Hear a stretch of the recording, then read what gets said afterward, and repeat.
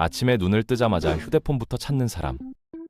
하루가 끝날 때마다 오늘도 아무것도 안 했네 라고 자책하는 사람.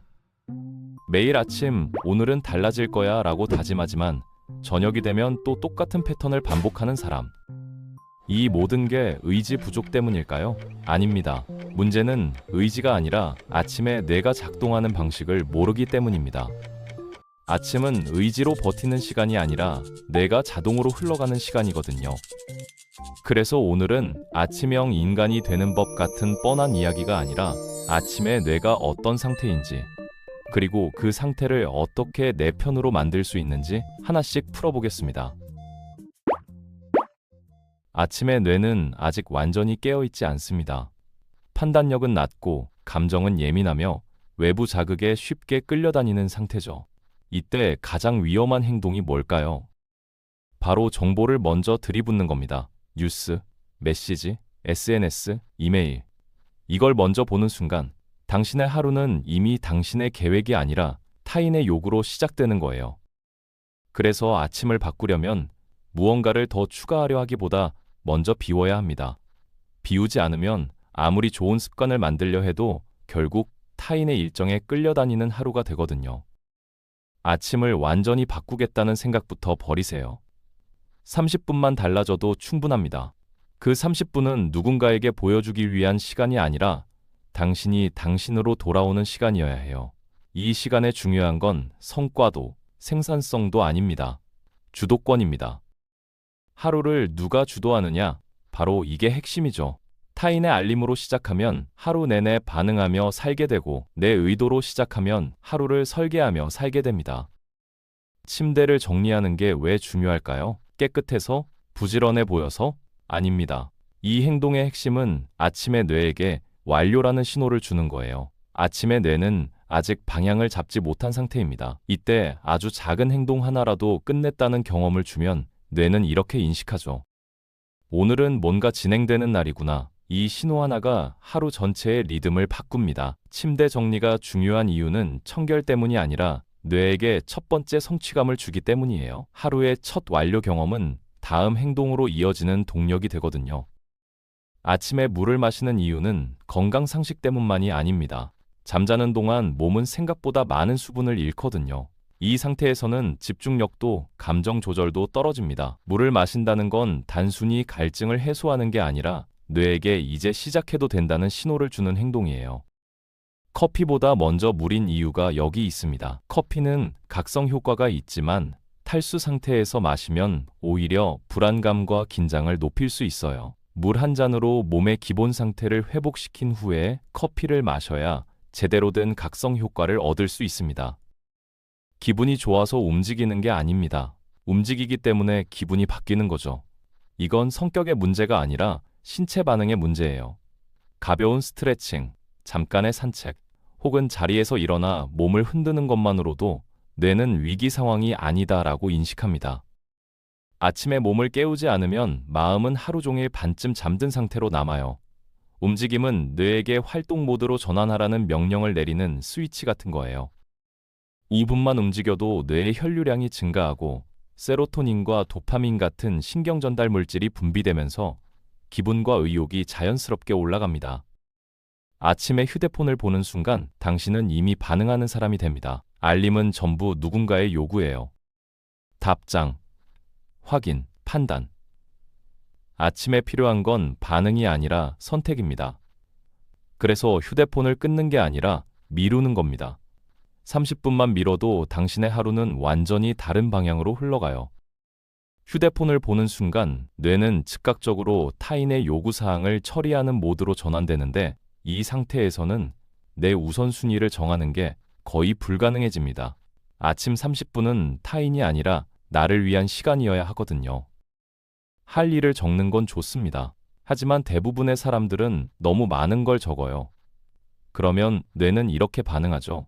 이건 버거운데? 그래서 중요한 건 양이 아니라 핵심입니다. 오늘 꼭 해야 할 것 3가지만 적어보세요. 그 이상은 보너스일 뿐입니다. 명확함이 있어야 실행이 따라오거든요.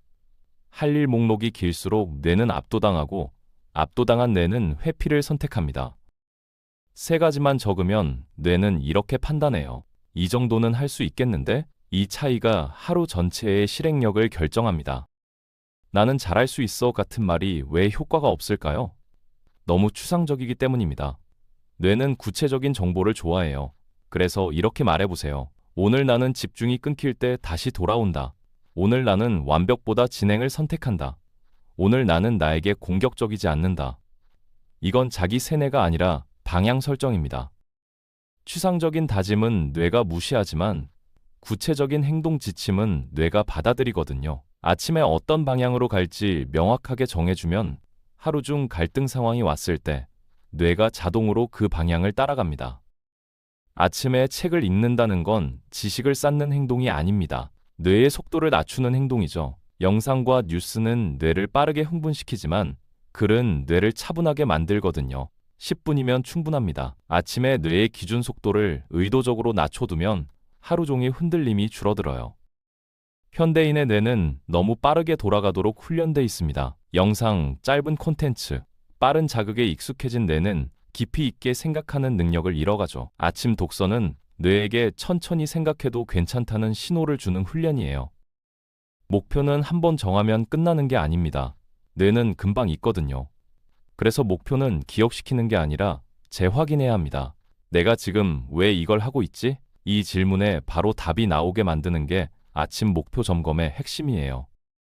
하루가 시작되면 수많은 일들이 쏟아지고 그 속에서 원래 내가 하려던 게 뭔지 잊어버리기 쉽습니다. 아침에 목표를 다시 확인하는 건 나침반을 확인한 것과 같아요. 방향을 잃지 않으려면 매일 아침 나침반을 봐야 합니다. 감사는 감정 조절 기술입니다. 감사할 걸 억지로 찾으라는 말이 아니에요.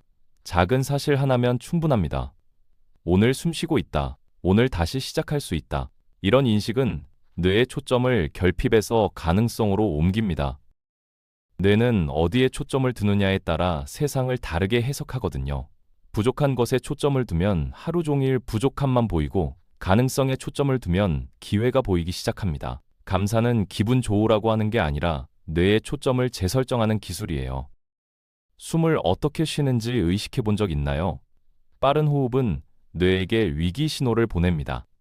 느린 호흡은 안정 신호를 보내죠. 아침에 몇 번의 깊은 호흡만으로도 하루의 기본 감정 상태가 달라져요.